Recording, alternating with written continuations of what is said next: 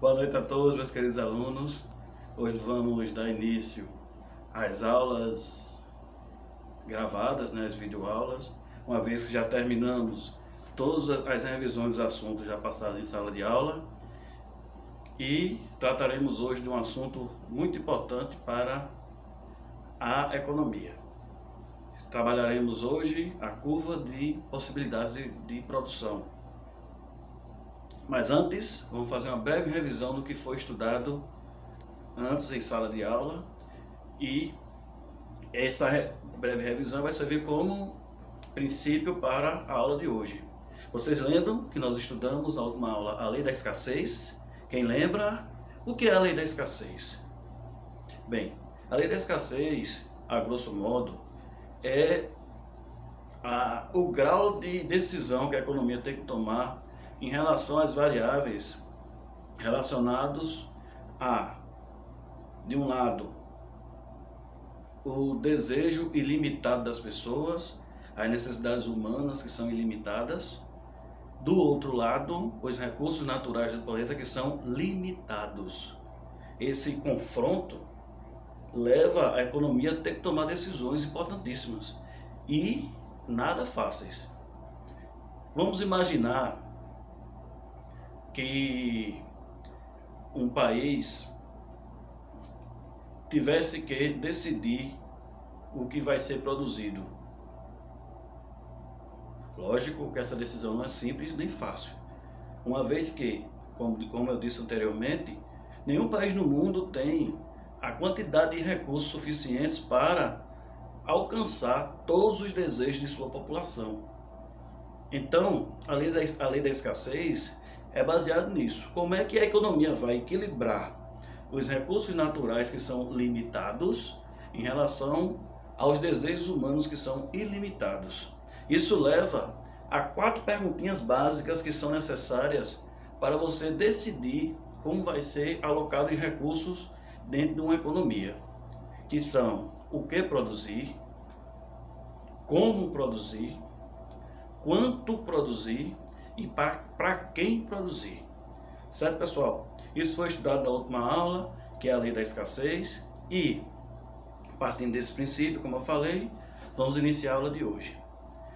Se a gente tem recursos que são limitados, e como eu disse, são necessários você tirar algumas dúvidas e ter um poder de decisão, essa decisão tem que ser feita baseado nos dados mais precisos possíveis.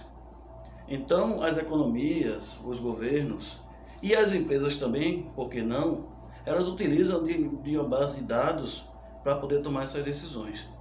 E uma das formas de você iniciar esse pensamento criativo de decisão é a curva de oportunidade, ou custo de oportunidade. O que isso significa? Se os recursos são limitados e eu vou ter que distribuir os recursos ao longo do país, se eu decidir, por exemplo, deixar os recursos produtivos destinados apenas a um tipo de produção, eu vou sacrificar as outras produções. Vamos supor o seguinte, pessoal, que aqui no Brasil existisse um planejamento estratégico de investimento só na produção de cana-de-açúcar da nossa região. Uma coisa boa, né, gente? Da nossa região. E todos os recursos produtivos fossem destinados aqui ao Nordeste. O que aconteceria com a produção da soja, por exemplo, lá no Paraná, Eles teriam dificuldade de produzir. Para você produzir a cana-de-açúcar aqui, você teria que sacrificar a produção de soja lá no Paraná. Então, esse custo de oportunidade que eu estou falando é exatamente em que grau a economia deve sacrificar os recursos para poder produzir outros recursos.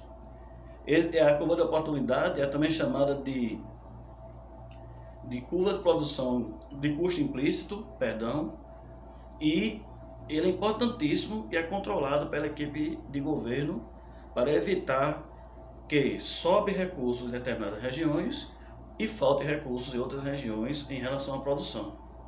Eu vou dar um exemplo para vocês de como isso é controlado pela economia e a importância disso para a tomada de decisões e o desenvolvimento das regiões.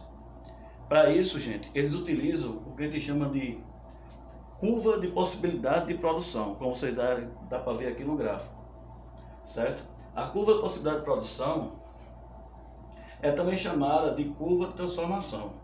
É a fronteira máxima que a economia pode produzir, dados os recursos produtivos limitados. Mostra as alternativas de produção na sociedade, deixa eu pegar a régua aqui para auxiliar, supondo os recursos plenamente utilizados. Antes de iniciar a parte de curva de produção, é necessário que a gente tire dúvidas sobre recurso plenamente utilizado. O que é que isso quer dizer?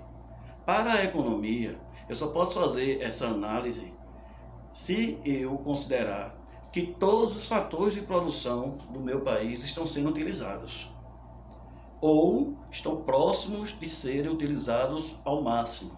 Vocês viram e fizeram atividade sobre fatores de produção, e quando eu digo que todos os fatores de produção ou recursos estão plenamente utilizados, eu estou querendo dizer que todo o capital, toda a mão de obra, certo? Todas as máquinas, todas as matérias-primas, todos os prédios, tudo que é necessário para a produção está sendo utilizado naquele momento.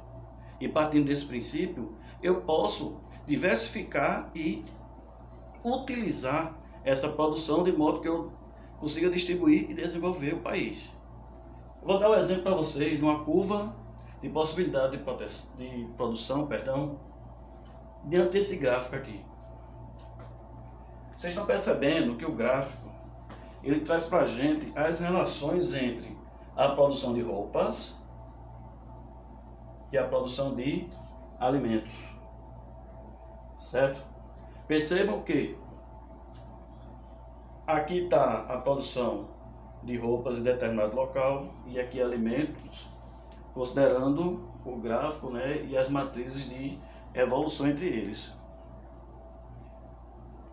Essa linha azul aqui, ó, que vai de A a E, simboliza o máximo de produção que se pode ter dos dois bens dentro de determinada economia, certo? Percebam como é complicado você tomar essas decisões e qual é o raciocínio lógico da curva de possibilidade de produção. Quando, por exemplo, as roupas estão na sua produção máxima, que é 50, aí a gente pode considerar toneladas, unidades, não importa, certo? Se você pegar a junção dos dois aqui, ó, no gráfico, eu chego a 0 de alimentos. E aqui isso quer dizer, gente, que se eu pegar e produzir 50 roupas, se eu destinar todos os recursos do Brasil ou determinada região para produzir roupas, eu não vou ter como produzir alimentos. E a recíproca é verdadeira. Se eu produzir 140 aqui, ó, de alimentos quaisquer, vamos considerar 1000 toneladas, isso aí não importa. Vamos fazer a junção dos dois aqui, ó, me acompanhem. 0 roupas.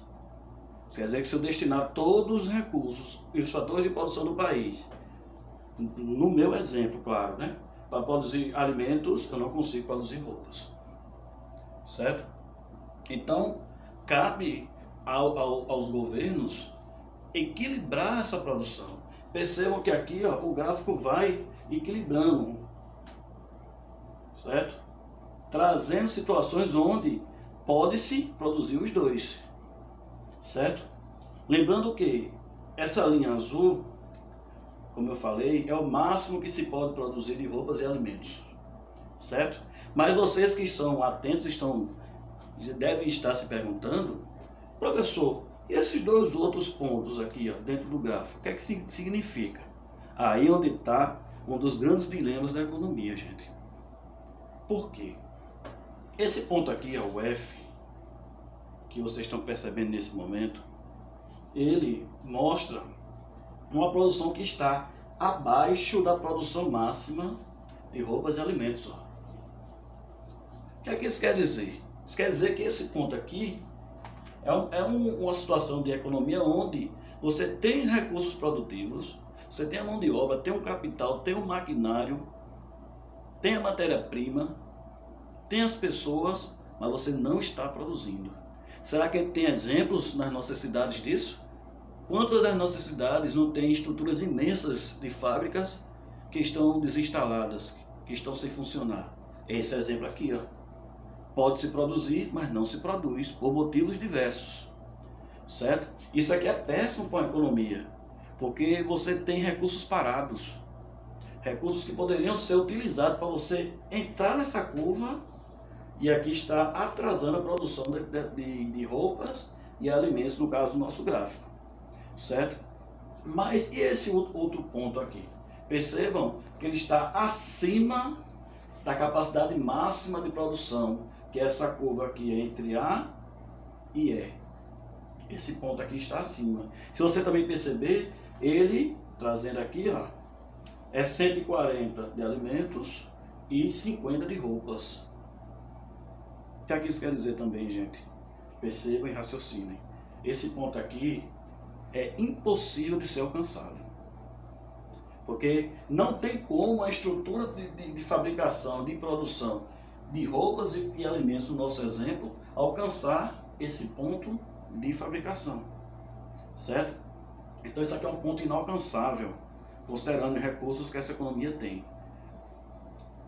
Para que serve então isso, professor? Serve para você tomar as decisões de controle das produções no país, ou numa região, ou numa cidade, de modo que eu equilibre e não deixe que a lei da escassez que nós vimos antes fique mais forte ou mais poderosa ou dê mais prejuízo a determinadas regiões. Essa decisão não é fácil e lógico que não depende só da equipe econômica. Essa decisão também é cultural, política, humana, internacional, certo? Mas tem que ser tomada e tem que ser estudada. Tá, pessoal? Lógico que toda a economia, ela tenta e faz o possível para alcançar esse ponto em nossa escala. Isso quer dizer o quê? Que estamos desenvolvendo a economia, crescendo a economia, crescendo os recursos para a produção. E jamais podemos ficar nesse ponto aqui. Uma vez que, como eu falei, esse ponto quer dizer que você pode produzir, mas não está produzindo. Ok, pessoal? Eu vou terminar a aula de hoje. Utilizei aqui os recursos mais simples possíveis para que vocês possam acompanhar. Certo? Espero que vocês tenham gostado. Foi de coração e eu vou utilizar mais desse recurso para o nosso trabalho. Vou deixar o material no CIE para que vocês deem uma olhadinha, para que vocês estudem. E vou mandar as orientações em relação à aula de hoje, para que a gente faça as atividades. Ok, pessoal? Um grande abraço. Mas antes de eu terminar, eu quero agradecer minha linda esposa, meu amor, que está aqui me filmando, que faz alguns minutos que ela está estática aqui, trazendo essa oportunidade para vocês. Beijo, amor. E para vocês, meus alunos, um grande abraço de coração e até a próxima, gente. Tchau.